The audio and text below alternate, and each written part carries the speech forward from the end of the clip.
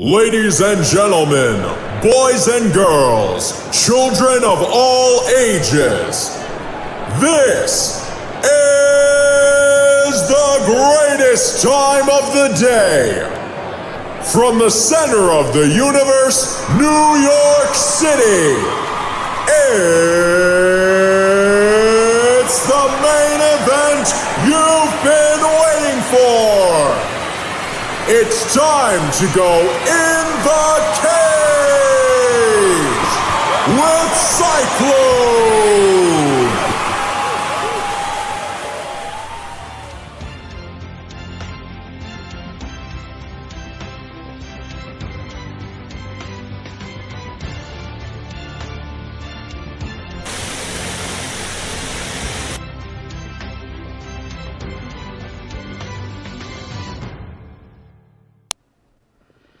And I am back.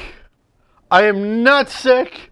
Boy, I'm telling you guys, last week I was ready to go, ready to rock. The show was prepped. Took my midday nap, woke up, and I don't know how that viral bug got into my house or into my system, but it knocked me the F out. Oy. But today is a beautiful Monday. Still a little bit too warm for me. I kind of like it in the 50s. But wow, the summer is flying by. Thank God. Fall is almost fall. Winter, fall, whatever. The next season is almost here. That's what I'm trying to get at. Guys, oy. So, I got some good news. Today's like a yin-yang day. You want to know what a yin-yang day is? Where you have good and you have bad all mashed up. Sort of like the music you youngsters of today listen to. You know, it's a mashup. I sat in way too much traffic today. I don't understand traffic. I really don't. I mean, if there's open road in front of you, it does not belong there. Put your foot on the gas and drive. Really simple. That's the bad news. The good news, the huge good news in my Donald Trump voice. This show, In the Cage with Cyclone, besides all the venues you were able to see the show and hear the show on, guess what? Another venue has picked us up earlier today. Radio.com. I'm all yours. That's right, folks. In the Cage with Cyclone is now also heard on Radio.com. Yeah. I am so happy they accepted me into their family. And now it's time to kick everybody else's butt. Because, in the words of Conor McGregor, I didn't come to take part. I came to take over. That being said, guys, now that we're getting on more and more venues, sponsorship. If you know of a business, if you own a business, if you have a business, guys, now is the time because the prices that I have are really cheap. Product placement, commercials, you name it, I'll do it for you.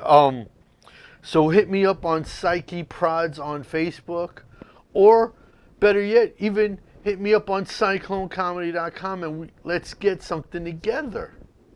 So it's a win-win for you and it's a win-win for me. Everyone's happy. And that doesn't happen too often. So we have a lot of stuff to get to. I mean, across the board, all three sports, boxing, MMA, and wrestling. Obviously, yes, they be in SummerSlam. So, we're going to kick this giant shing-ding party off right after this.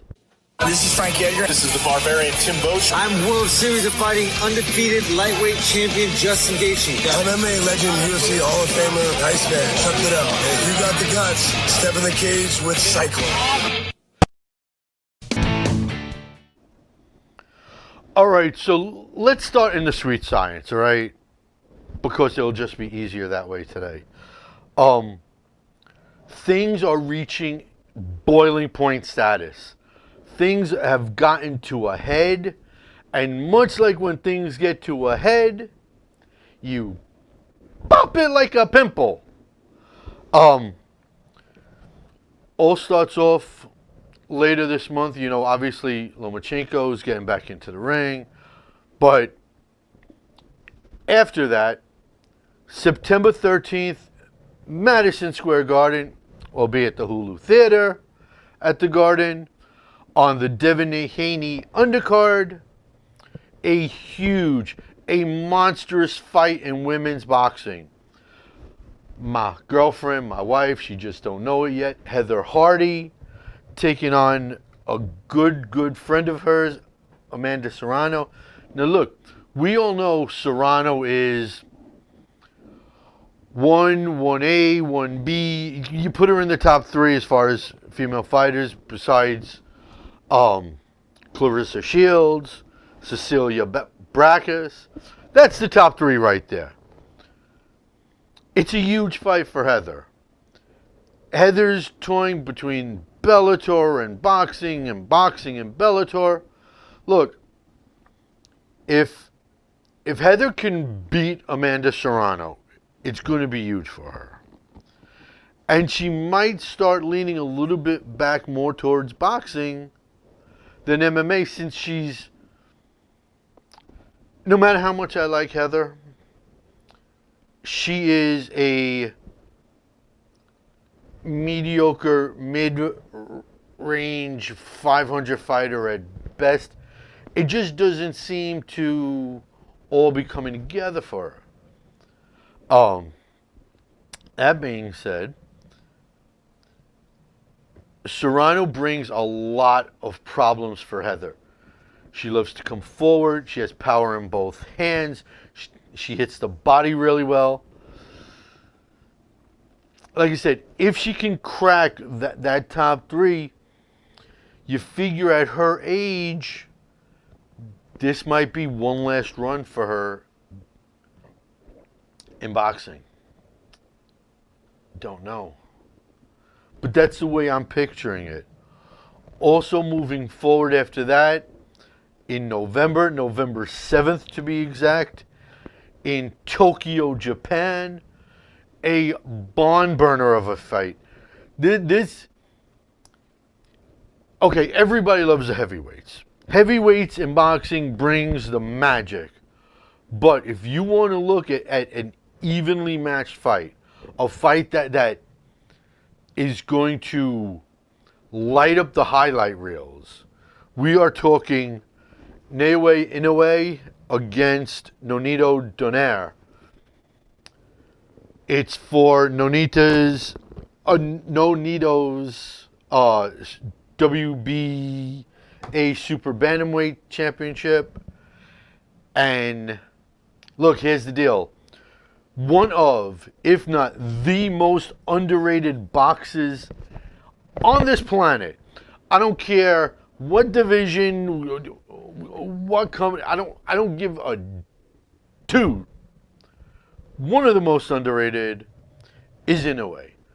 This kid is all flesh, and none of you are paying attention to him. And that is a shame. You need to watch this kid. He is all flash. He is this generation's, can I call him Roberto Duran? No, you know what? He's kind of like this generation Sugar Ray Leonard. I think that's a safe bet. And I know you guys like Sugar Ray Leonard, so you guys should like Inoue. This kid he's incredible. Okay? And he's lightning fast. As is most Asian fighters. I know that's a generic term, and I hope none of you, any snowflakes out there, get offended by it. But the majority of Japanese fighters, whether it be in MMA, boxing, or wrestling, just take things to another level. It is inbred in them to be good. It's just the way they come out of the womb. Then December 14th, my mother's birthday, by the way, at the Barclays Center in Brooklyn.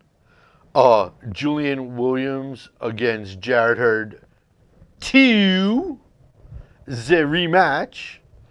I don't know if it's something special. I don't know if it's something good, but it's something that I advise you to keep your eyes on. Because Jarrett Hurd is one of those pound for pound top 20 fighters that's worth you paying attention to. Although not as much as Inoue, because Inoue is so much better. But two different divisions, two different classes, two entirely different fighters. Now let's get to the big, huge boxing stuff. Andy Ruiz and AJ Anthony Joshua. Look, guys, if you want to know why they're fighting in Saudi Arabia, of all places, for God's sakes, it goes out like this. Money. That's why. Plain and simple. Because, quite frankly, it's a 7,000 seat open arena that they're fighting in, for Christ's sake. Okay? Eddie Hearn was given a $40 million site fee where the majority of the money goes into his pocket. Now look, should the fight have been like Andy Ruiz wanted to run it back in Madison Square Garden? Me living in New York, me being here and the fight being here, I would love it just for a selfish nature. But the fight, technically, in my heart of hearts, I know Andy Ruiz didn't want to go to the United Kingdom, but that's where the fight should have been. You know, once here in the States, once in the UK.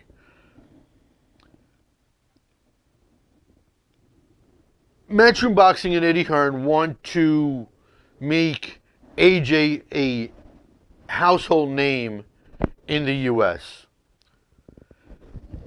Being that, the rematch should be somewhere in the States. Now look, if they don't want to run it back in New York, they could have run it back, obviously, in Vegas. They could have done it in the Staples Center. Celebrity Row would have been packed. You know where else they could have done it? It would have been an amazing fight to have in Dallas, Texas Stadium. Just picture it. Andy Ruiz, the first ever Mexican heavyweight in Dallas. You have, I don't know how many, 70, 80,000 Mexicans come up into Texas to see that fight. That would have been a perfect spot to have that rematch in. Instead, doing it in Saudi Arabia, which, by the way, if you're a female journalist, guess what? You're not going.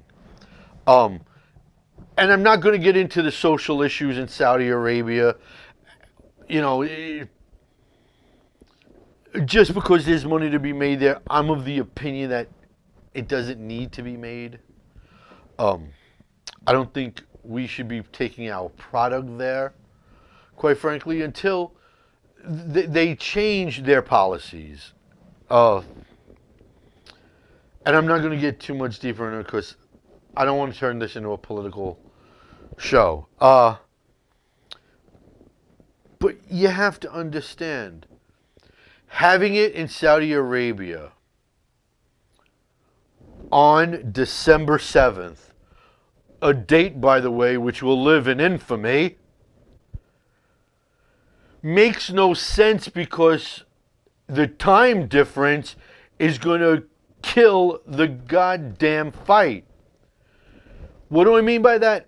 The fight will air in the United States in the middle of the afternoon. You want to know what else happens in the middle of the afternoon on December 7th of this coming year? It's the SEC championship game. So, you're going to have that fight, that rematch, against a college football championship. What do you think most people in the United States are going to watch? Now, yeah, I get it. The big fat guy beat the chiseled athlete. Guys, college football against anything loses. That's just the way it is. It is a bad booking. It's a bad time. You want to say, okay, we need to have it there? Okay, fine. We need to have it there. At that time, really? It is a total screw up from start to finish across the freaking board. And speaking of screw ups from start to finish, that's what in the business you call a segue. Triple word score in Scrabble, by the way. Dylan White. Dylan White, you mess up of a human being. Although granted, you're not as screwed up as Jarrell Baby Miller. Dylan White, obviously, as you all remember, popped, had his opportunity against Deontay Wilder go, as NSYNC sang, bye, bye, bye. VADA tests the B sample, and it comes back clean. I can assure you, as much as I'm a fat guy, the fact of the matter is Dylan White's agents, lawyers, his whole entire team is going to be suing everybody. They took the opportunities away from him before the B sample got tested. And quite frankly, I don't understand how an A sample you pop for and a B sample you don't. Because if you don't know, when you pee into the jar in front of the member of, in MMA, in the UFC, USADA or VADA or WADA or any of the drug testing companies, you have to pee in front of the rep to make sure you aren't cheating. It's one cup you're peeing in. How does half of it come back hot and half of it not hot? I don't know how that's possible. And you know what? Now that I'm thinking about it, I think I know somebody that can explain it to me. And I think I might reach out to him to either maybe come sit here or even call in. There's somebody who I'm thinking that is deep in the game that can maybe help me out with that. I think I'm going to reach out to this particular person. I think so. Anyways, continuing down the line of boxing, Bare Knuckle FC 7 was this past weekend in Biloxi, Mississippi, which, by the way, seems to be the unofficial home because 4 of the 7 cards have been in Biloxi. In a co-main event, the Vanilla Gorilla, Chase Sherman, formerly of the UFC, finally reached his potential and became a champion. Winning a unanimous decision over Arnold Adams. And here's the thing about Chase while he's been in BKFC. And it's a very smart lesson that he's learned. You cannot, in BKFC, in bare knuckle fighting, just stand there and go shot for shot. It's a way to get yourself killed really fast. It's hit, move, and don't get hit. And he's finally starting to realize that, and in front of his home crowd, got to become a champion, which is something everybody wants. I know it's something I would personally kill for, to get an award in front of my New York home crowd. Which just, by the way, keeps my competitive nature going and going and going. What else? Oh, MMA gangster Melvin Gilliard had his Roberto Durant no mas moment, fighting his good friend, former housemate, Isaac Flagg. In between rounds 3 and 4, he's sitting on the stool. Stitch Durant is working on him. He tells Stitch that his right hand is broken and he wants no more. Stitch calls over to Big Dan Miragliata, a good friend of mine, Mr. Miragliata, and waves off the fight. Just didn't want. And that's a fighter knowing that without his strong hand, it makes no sense to continue. It really doesn't. You're only going to delay the inevitable. Losing. So you get out of there with just a broken hand. Maybe not that broken that it won't heal that fast. And you see where you go from there. You lick your wounds and you come back strong next time. So there's no shame. And it should not only happen more in BKFC, but in boxing, in MMA. I mean, it doesn't really obviously happen in wrestling, but to quote Tony from Rocky, throw in the damn towel! Throw in the damn towel! It has to happen. You got to save fighters from themselves. These guys are warriors. These guys will go through fire. Doesn't make sense. There's long-term health you have to worry about. And we're going to get, obviously, MMA-wise, into something like this past weekend that deals with that too. But that, by the way, is called a segue also. So guys, do me a favor. Hit the share button. You guys that are watching, it's really simple. You take one finger, I don't care which of the 10 fingers you got, or maybe you do it with one of your 10 toes, and you hit share. It's that simple. Check out Psyche Prods on Facebook, and guess what? You can enter a raffle like these 10 people.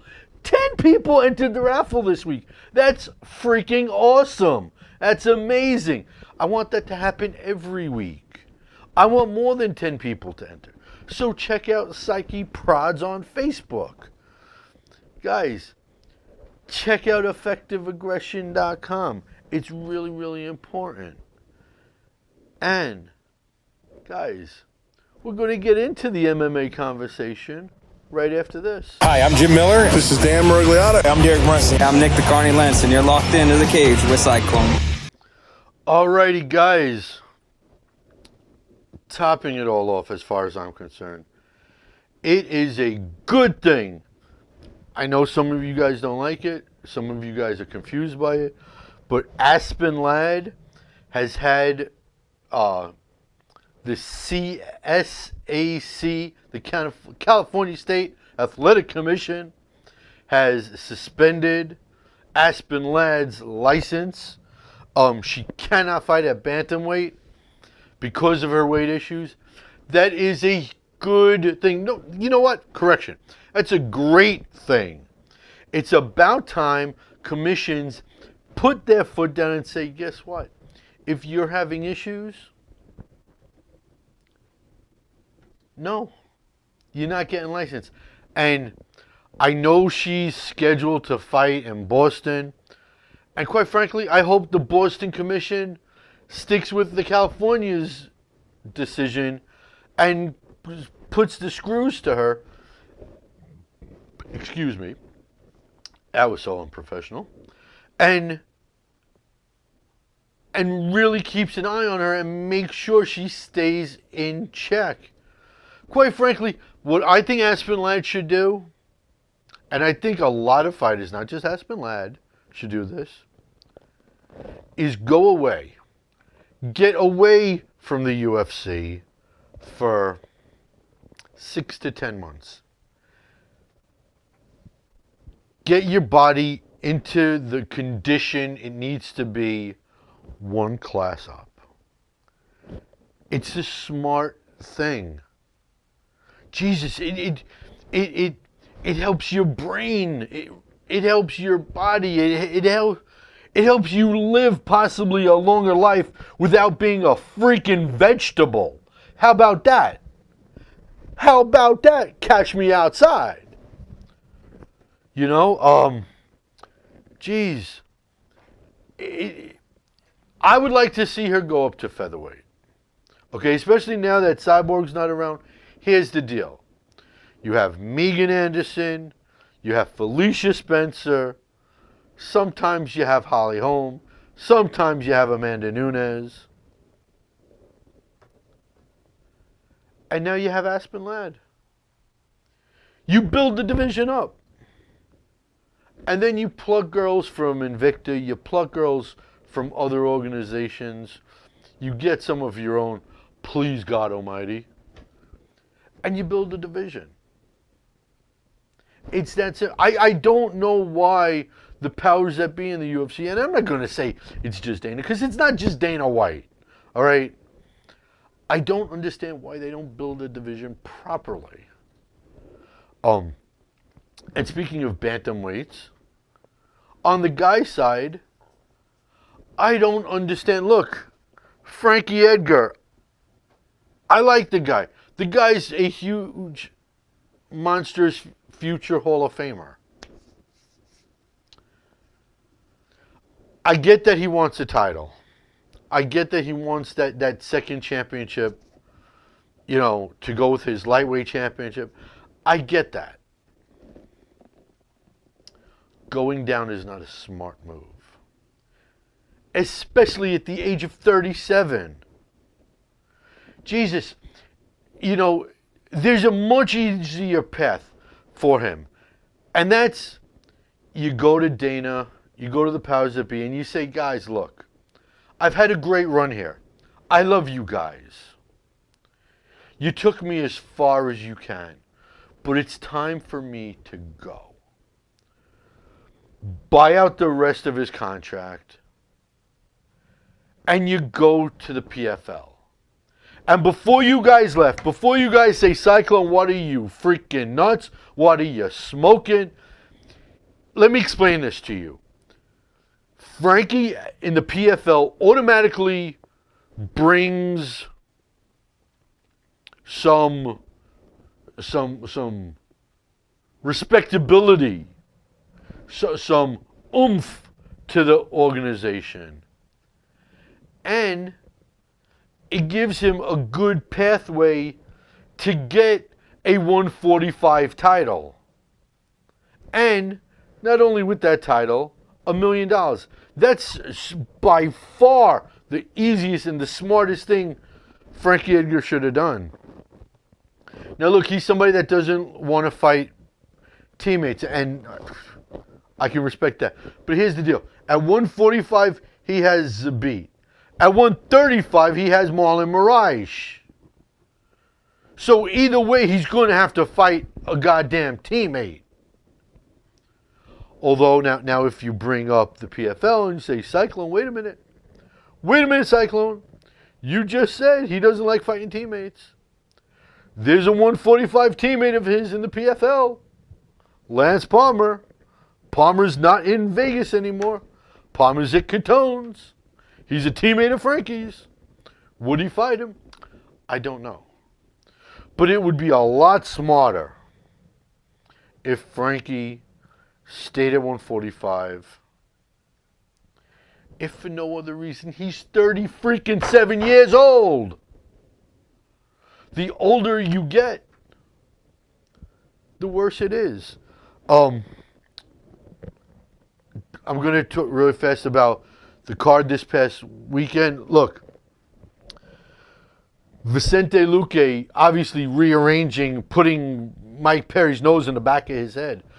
I'm telling you guys right now, do not expect Platinum Mike Perry to ever be the same. What he did to his nose is going to affect him for the rest of not only his career, for the rest of his life.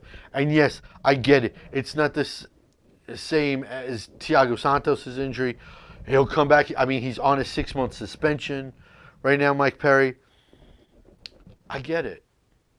But the fact of the matter is, when your nose is that smashed,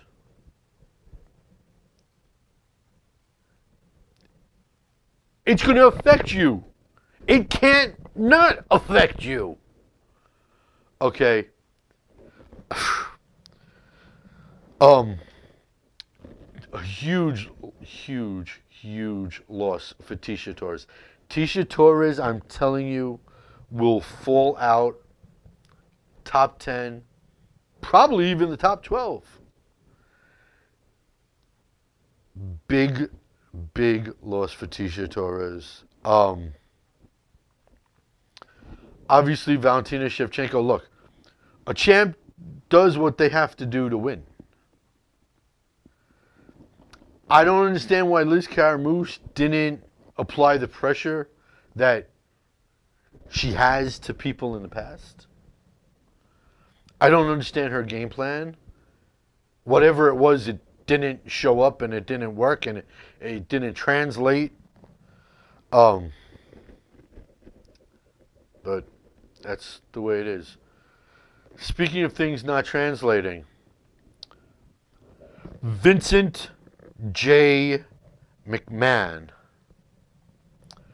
Vince McMahon. Heyman and Bischoff are more in charge of SmackDown and Raw. Vince has said he is now going to take a bigger role in NXT. Bye-bye good product. Because let's face it, recently, NXT has been better than the WWE. Especially this past weekend. I thought the NXT TakeOver was better than SummerSlam. Fight with me if you want. I don't care. I'm sticking by it. I just think that NXT drew me in more than SummerSlam did.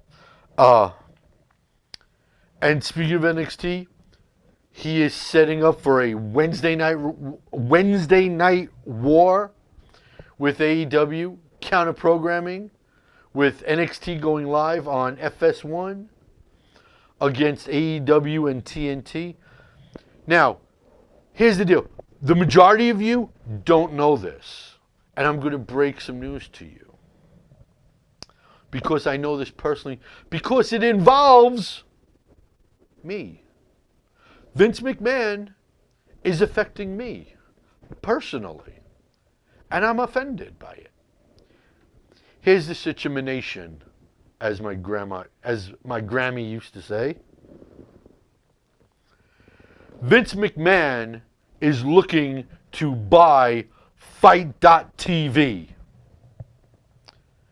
Now you say, hey, how can he do that? When you have that much money, you could basically do whatever the hell you want. I know it for a fact because in pushing this show to other networks to air this very show, one of the streaming services I was looking into, that I had a pitch meeting set up for, was Fight.tv. The fact that Vince McMahon is now in the market to buy them, what he apparently, what I've been told, wants to do with Fight.tv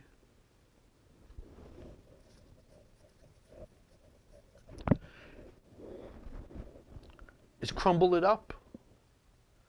Now, he wants to do that because he's tired, obviously, of competition nipping at his heels. Ring of Honor, what the hell else is there? Impact Wrestling. I think Lucha Underground is on Fight.tv also. If you take that streaming service away, or if you own them, you can up the prices that they have to pay to air on your network. Now, what that means for all the MMA indie organizations that air on Fight.tv, that I don't know. But I do know that he wants to crush all his indie wrestling competition, and he wants to buy them out right from underneath their tootsies, as my mother would say. For those of you who don't know what tootsies are, I'm not talking Tootsie Rolls, I'm talking feet. That's what's looking like it's going to happen. Now, as far as this weekend is concerned, like I said, I liked NXT TakeOver better than SummerSlam. Velveteen Dream, I mean, look, I've always been a fan. Retains the North American Championship. Does what a champ does. I mean, I would like to see Velveteen Dream be in with the big boys, but quite frankly, the writing with the big boys sucks lemur tushy. And they I don't think they would know what to do with him. I like the mayhem between Cole and Gargano. I mean, Jesus Christ. That springboard elbow that Cole threw. That's sweet. I love good mayhem. When two great wrestlers, when two solid athletes can tell a story and get you sucked in, there's really not that much better. Okay, and I get it. There's obviously a difference between, MMA and boxing and wrestling. The fact of the matter is, great athleticism between those two. Cole is incredible. Cole is a standout performer. And I enjoyed it. Now, as far as SmackDown is concerned, SummerSlam is concerned, let's get into it. Okay? There are more. Hey, Rudy S., you're finally. Hey, Don D, Jesus Christ. Hello, Don D. Welcome aboard. Thank you for coming. Don, where in the world is Susan Walker? Is she playing with one of her dogs right now? You got to go find out, Don D. Anyways, well, whatever the lucha is, Rudy, Jesus, he would only be, by the way, Velveteen would only be buried because of the bad writing. They wouldn't know what to do with him. Let's get into everything I hated about SummerSlam. And it's the same thing I've said about bringing Hogan back a million times or bringing Taker back. I don't like it. That includes someone who I love, who I had a friendship with for a while, Trish Stratus. No. I get it up in Toronto, it's her home. You bring her back. Hey, Ivan, I'm talking about Trish in Canada and Nova Scotia. By the way, Ivan, you guys, as a Jew, I got to tell you, you guys have the best locks on the planet, is Nova Scotia locks. As a matter of fact, when I go home, I'm going to have about a half a pound with scallion cream cheese in an everything bagel, not toasted, because that's what good guys have. Anyways, I didn't like Edge. I didn't like Trish Stratus. I sure as hell hated freaking Goldberg. What the hell? It makes no sense to bring these guys back. Stop it! Please! If you can't handle it with the young guys, if you can't give good writing to the young guys, just bear it. Just grin and bear it. Just push through, for Christ's sake. Stop bringing the old guys back. I don't need to see this. I don't want to see this. No. Kofi and Randy Orton. A double count out, really? Really? That's a waste of my time. That's what, 10, 15 minutes out of my day I'm never getting back? That's robbery. That is absolute robbery between those two. You didn't want to give Kofi a clean win? All right. You didn't want to give Randy a clean win? All right. A double count out? Really? What the hell is that? That's like kissing your sister. Now, granted, some of you might like that, and it's good on the porn channels, but in real life, no. That's not good. I don't like Seth Rollins beating Brock Lesnar. There is no way on God's green earth someone the size of Brock should ever in a million, billion, zillion years ever lose to an injured Seth Rollins.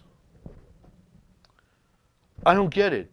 And plus, quite honestly, now that Cain Velasquez is wrestling, which, look, it is what it is, folks. Cain's going wrestling now.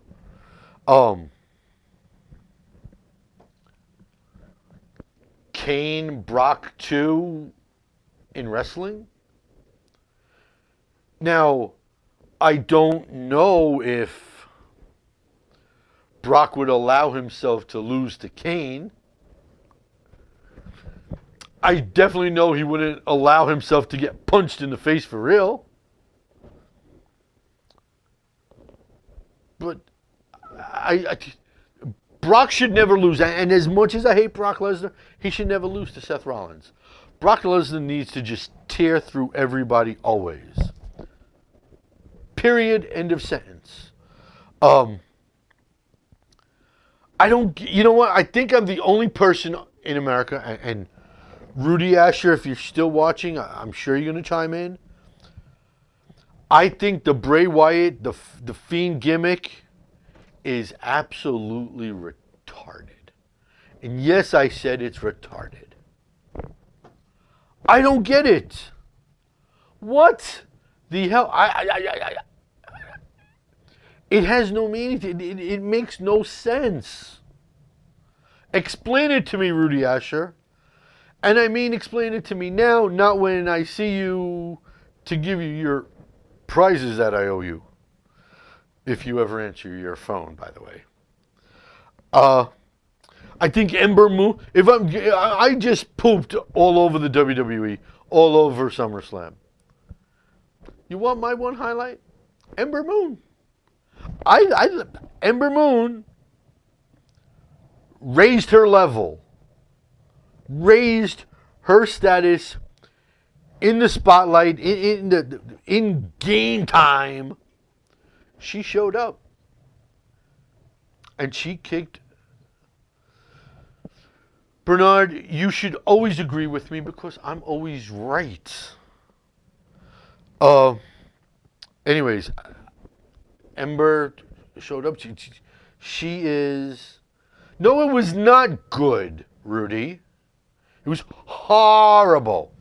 Horrible. Terrible. Terrible. That's what it was. And once again, Rudy, that Fiend gimmick is stupid. But like I said, to me, the one highlight was Ember Moon. So, guys, do me a favor. You guys are all watching. Click share. Come on. Bernard, listen, Bernie Joseph Greeny. Take one of your 10 fingers. Click share, bro. All right? Please. I don't ask for too many favors from you. Just click share. Anyways, got a notice on something. So it's almost that time. So we're going to head to game time right after this. I'm Dennis Bermudez. Hi, I'm Creepy Ian McCall. Yo, I'm Kelvin Gastelum. This is Mark Goldberg. Yo, I'm the world's most dangerous man, Hall of Famer Ken Shamrock, and you're getting tapped out in the cage with Cyclone. Happy anniversary, happy anniversary. All right, really fast. 2 birthdays today, only 2. The beautiful, the stunning former UFC fighter, now Invicta fighter, Pearl Gonzalez, turns 33. And the Gypsy King, Tyson Fury, turns 31. How is he only 31? Oy, I feel old. Anyways, guys, we got to do this really fast. There's 10 people in this. Let's do a raffle.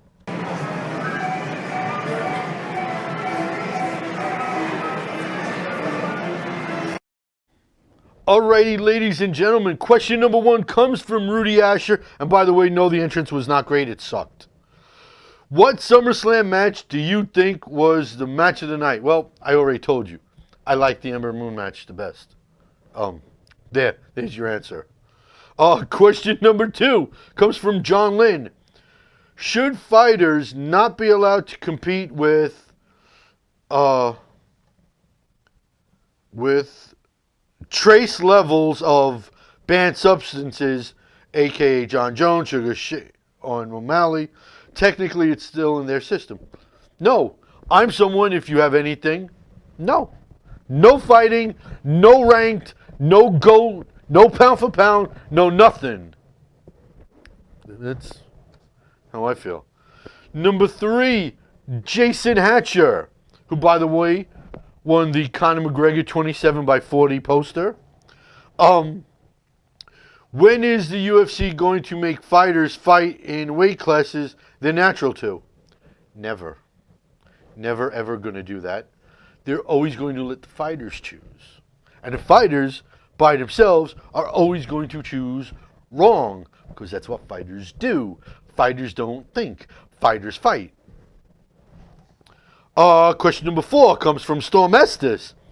How do you see... I can't see anything right now.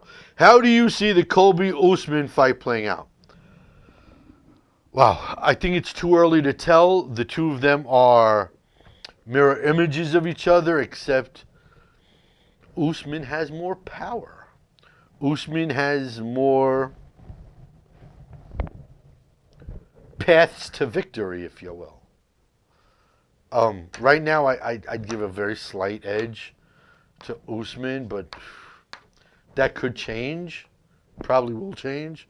Back and forth 100 times over. First time question person, Monique Criado. I hope I'm saying your name right. Monique, from beautiful sunny Florida. Hope everything is well by you. Seems in this sport, when after a fighter loses more than once, their fans following drop. Why doesn't happen in other sports? Remaining undefeated is nearly impossible. you can learn a lot from a loss. Well, yes. Well, I'm very sorry, Monique. Okay? I apologize. You can learn a lot from a loss, but it doesn't happen in other sports. Ask Met fans how that works. Ask Eli Manning. Eli Manning throws a pick for the last 3 years. They're ready to boo him out of MetLife Stadium. It happens in other sports. Why does it happen? Fans are fickle. That's the one thing I can honestly say I now see as a reporter. I got it right. Hey, yo, look at me. Raise the roof. Yo, ho, ho. My ex-girl's a ho. Sorry about that. That was just low and uncalled for. Riff Susan Walker, number 6.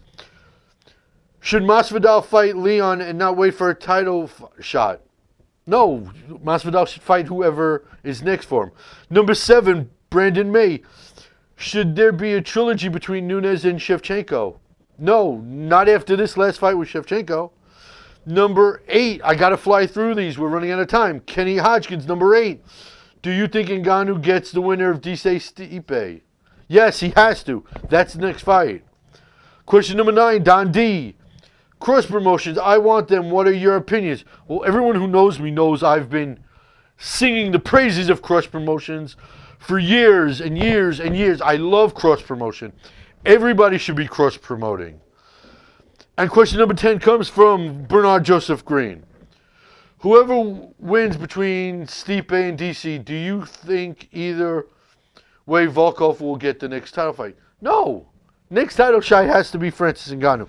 Now, because I was sick last week, 2 winners. We're going to do this really fast. Winner number 1 is number 4, Storm Estes. And winner number 2, really fast, number 9, Dundee. Congratulations, folks. Listen, guys, this week, remember, guys, watch the Psyche Prods on Facebook for the UFC 241 raffle. Until next week, Cyclone saying, just because all of you guys are not athletes doesn't mean you guys cannot be athletic supporters. Keep it right here on Strong Island Television for the Newman Show. The big guy's in the house. Bye-bye.